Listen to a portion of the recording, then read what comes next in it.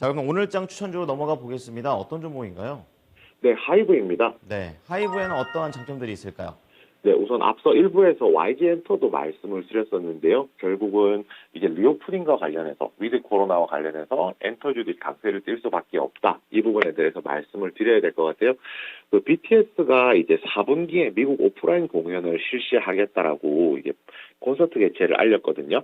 이제 미국을 시작으로 해서 11월 미국 LA에서 11월 27일, 28일 그리고 12월 1일, 2일 뭐 이렇게 좀 준비를 하고 있다라고 하는데요. 이 부분이 좀 굉장히 좀 큰 의미가 있는 것인데 결국에는 이제 코로나 위드 코로나 시대에서는 이제 오프라인 공연이 가능하다는 점이고요.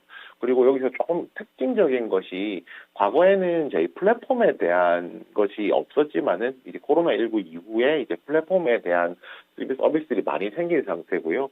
그리고 한 가지 조금 더 주목해야 되는 게 이번에 이제 그 국내 아티스트 같은 경우에는 코로나 이후에 이제 음반 판매량이 작게는 2배, 많게는 6배까지도 성장을 한 상황이거든요.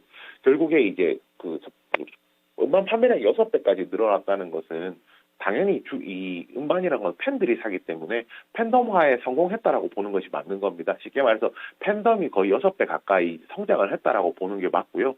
그렇다면 팬덤이 늘어난 만큼 이 팬덤은 오프라인 투어로 이제 전환이 됐을 경우에 그 관객으로 이제 보답이 되는 것이기 때문에 당연히 이제 굉장히 큰 의미가 있다라고 할 수가 있습니다. 그런 관점에서 현재 이번 코로나 시즌 동안에 이제 성공적인 팬덤화를 거친 가수들 같은 경우에는 오프라인 콘서트를 통해서 이제 그 팬들이 오프라인 공연에 오고 티켓 매출이라든지 이런 부분에서 굉장히 좀 중요할 것이라고 좀 생각을 하고요. 결국에 핵심은 이겁니다. 그 하이브 관련해 가지고는 이제 우려감은 항상 존재를 했지만 이제 그에 따른 위기가 그렇게 크지 않았다는 거고요. 이제 기존 콘서트 대비했을 때 수익이 한 30% 이상 이제 더 발생할 것으로 추정을 한다는 겁니다.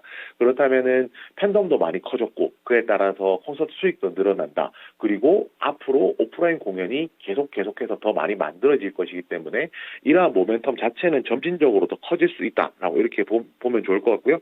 아까 앞서서 말씀드렸지만은 그 플랫폼에 대한 이야기를 조금만 더 하자면 이제 이타카홀딩스라는 것을 합병을 했었거든요.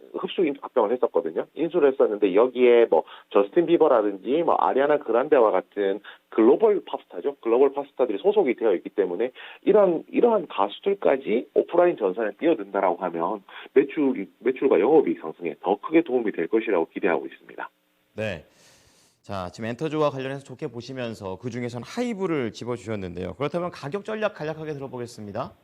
네, 우선 하이브 같은 경우에 33만 7천 원부터 조정을 겪어서 현재 지금 가격에 와 있는데요. 매수가는 현재가에 해주시고요. 목표가는 전 고점 부근인 33만 원. 그리고 손절가는 최근에 있었던 가장 하락했던 가격인 25만 원으로 정했습니다.